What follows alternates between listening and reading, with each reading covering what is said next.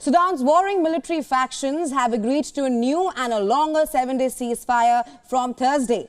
The announcement was made by South Sudan, which offered to mediate in the ongoing conflict. The latest ceasefire is the third ceasefire to be implemented in Sudan. Let's tell you more about the number of ceasefires which have been implemented in Sudan. Number one was from 30th April to 2nd May. Again, a 72-hour ceasefire which was not implemented fully. Now, the second ceasefire was from 30th April to 2nd May. Now, this ceasefire was again mediated by the United States of America. And the latest ceasefire we're talking about right now is from 4th May till 11th of May. It's a 7-day ceasefire, and there are questions which arise regarding if the ceasefire will be able to be implemented in Sudan.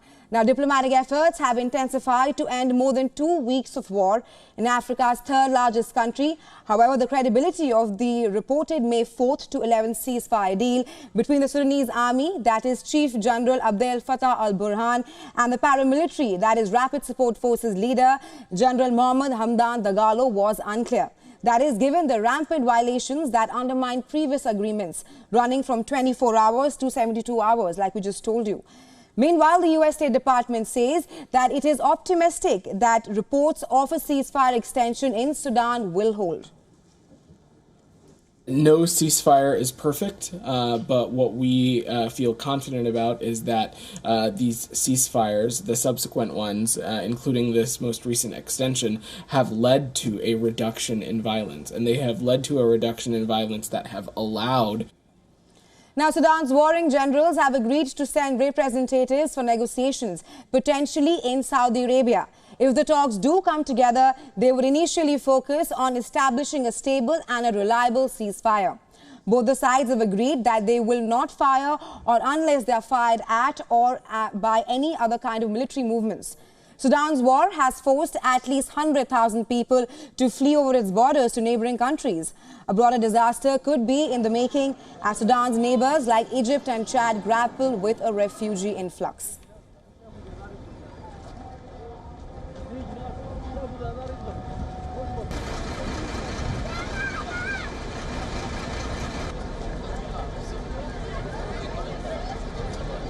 Jamal Umar. Let's also now tell you as to why the two factions are fighting. Taking a few steps back, let's first tell you about the two warring factions in Sudan. Number one, General Abdel Fattah al-Burhan, he belongs to the Sudanese Armed Forces. And number two, General Mohammed Hamdan Dagalo, belonging to the paramilitary Rapid Support Forces. Now, these are the two warring factions that have been fighting in Sudan. And as we speak, we're in the 4th week of the fighting. Let's also now tell you as to why are they fighting. What are the reasons? Number one, nationwide redeployment of the Rapid Support Forces, also known as the RSF, is being seen as a threat by the armed forces. Moving on to other reasons as to why the two factions are fighting as of now. Now, there are various disagreements as well over proposed civilian rule in Sudan. Number three, the integration of the RSF into regular armed forces is also being seen as a threat by the regular armed forces in Sudan. And lastly, civilians also want handover of military holdings in agriculture and trade. So these are the basic 4 reasons as to why the two warring sides in Sudan are fighting as of now. For more on this, we are now being joined by Harjuj Kuka from Berlin. He's a Sudanese activist and a filmmaker. Thank you so much for joining us from WION, Mr. Harjuj. Now, thanks for having me. Right. Now, the latest ceasefire is the third ceasefire to take place in Sudan. And this time, it's a 7-day ceasefire. We've seen how the previous ceasefires have failed. But do you think that this time the two warring sides in Sudan will be able to hold up the truce? So it's really strange how the last ceasefires, as you said, were not held at all. There was fightings, there was fighter jets going, there was fighting on the ground. It was really intense. So it seems like there's a disconnect. The ceasefire seems, what we should understand it as, that they are still negotiating, they're talking, which is a good thing because this war needs to end. It's a meaningless war. So it's a good thing from that side. But do we expect it to hold on the ground? Right now, nobody expects it to hold on the ground. People are learning how to live through and do their things, move around and whatnot. and adapt to the war. And that's what's happening. People are adapting more to when during the day the fighting is less, when is it more. But nobody's expecting the war to stop. Nobody's expecting the firing, the airplanes to stop. It seems to be normally near the end of wars, Right. they want to find better positioning so they can negotiate better. And it seems like that's what they're using this time for. They're using it to improve their positions on the ground. Right. I want to add one more thing to the Right. reasons why this war is going. You actually named them really well. The one last thing is actually the old regime. We had an Islamic dictatorship for 30 years. And the trigger for this war, because these people were president and vice president. They were very close, Hemeti and Burhan. And they were not going to fight. But what made them to fight, the trigger that made them fight, is the Islamic movement. And the Islamic movement is trying to return to power. And they're seeing that Hemeti is really against them. So they tried to fight this thing between the two of them. So the Islamic regime, the old regime, is really part of why this war started. Right, Mr. Kuka. Also, help us understand that do you think that the warring sides will be able to reach the negotiating table this time?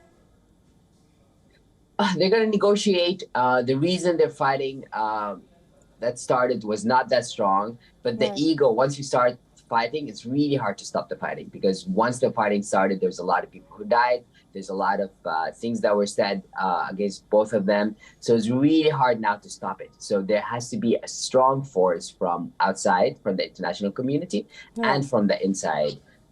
There's the anti-war movement has been really strong in Sudan, has been growing. So I feel like there has to be a lot of pressure. And right now everybody's against the war, so that's really good.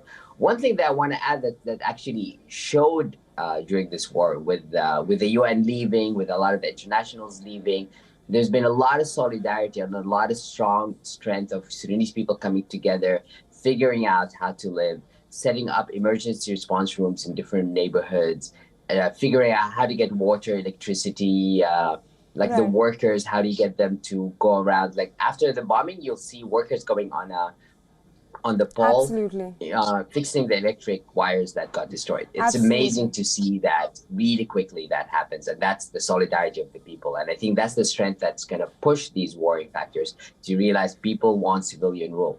A lot of the solutions have been really brought by entrepreneurs finding ways to get on bicycles and selling their goods. Just to add there, the UN has also said that the current situation in Sudan has now blown into full-blown catastrophe. Now, the conflict is also now spilling over into neighboring countries like Chad and Egypt. How do you think those countries will be able to cope with it? I mean, yes. So to understand war, one thing that's very important is your outline. It's like for the armies, how are they going to get their supplies? So for the Rapid Response Force, they're originally a force from Darfur, so they went all the way to Chad. That's their neighboring, and they need that route. So to them, that route is very important.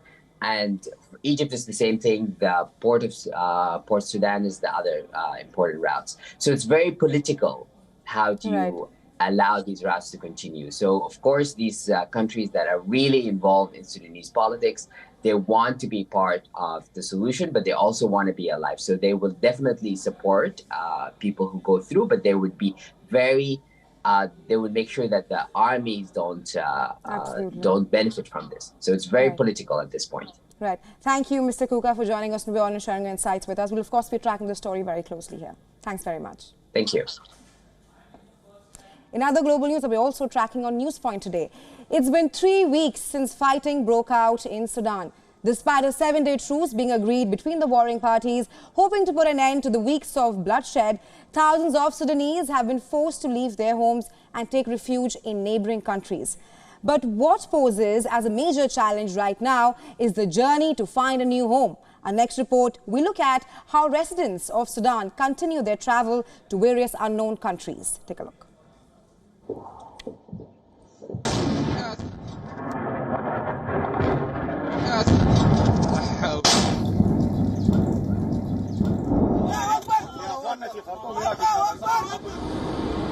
In the scorching heat, people are fleeing Sudan as they try to evade the fighting. leaving everything behind: their livelihood, houses, clothes. And amid the lack of official support, Sudanese are relying on the help of fellow citizens to flee. We moved on Wednesday from Khartoum. It was very difficult. We were 28 people. The boys don't have a visa, but we kept them. Our suffering is unprecedented. We left under the fighting, clashes and artillery. It was a real suffering. For the past few weeks, there is an unrest in Sudan. Explosions have rocked the Sudanese capital, Khartoum, and many other parts of the northern African nation. The confrontation follows days of tension between the armed forces and a powerful paramilitary group, the Rapid Support Force, or also called as the RSF.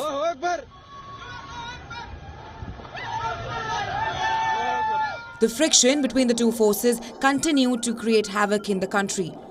The airstrikes and raging artillery battles have emptied the streets and disrupted civilian life. Thousands of people are fleeing the country. Some are going to South Sudan.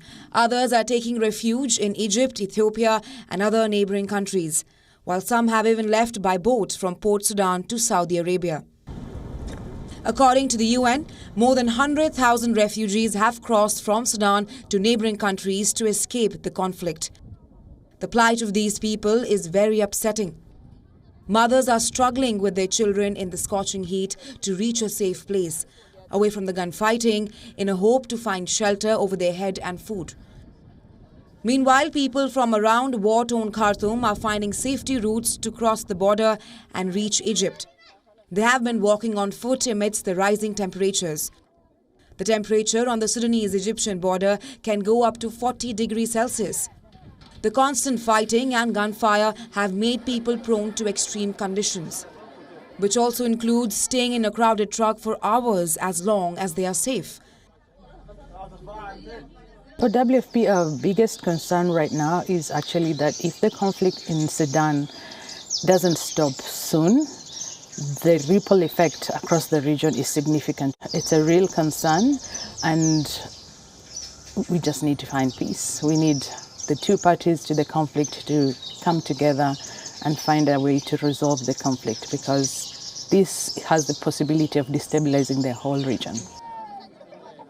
The United Nations have warned that the situation is now turning into a full-blown catastrophe, pointing out as to how the spillover effect of the crisis in the region is a matter of serious concern. Guterres has also sent Martin Griffiths, the UN Emergency Relief Coordinator, to the region in order to explore new ways of providing immediate relief to millions of people whose lives have been turned upside down by the ongoing fighting in Sudan. Amid deadly fighting in Sudan, the World Food Programme is also lifting the temporary suspension of its operations. The suspension was put in place after the death of 3 World Food Programme members last month. Bureau Report, WION World is One.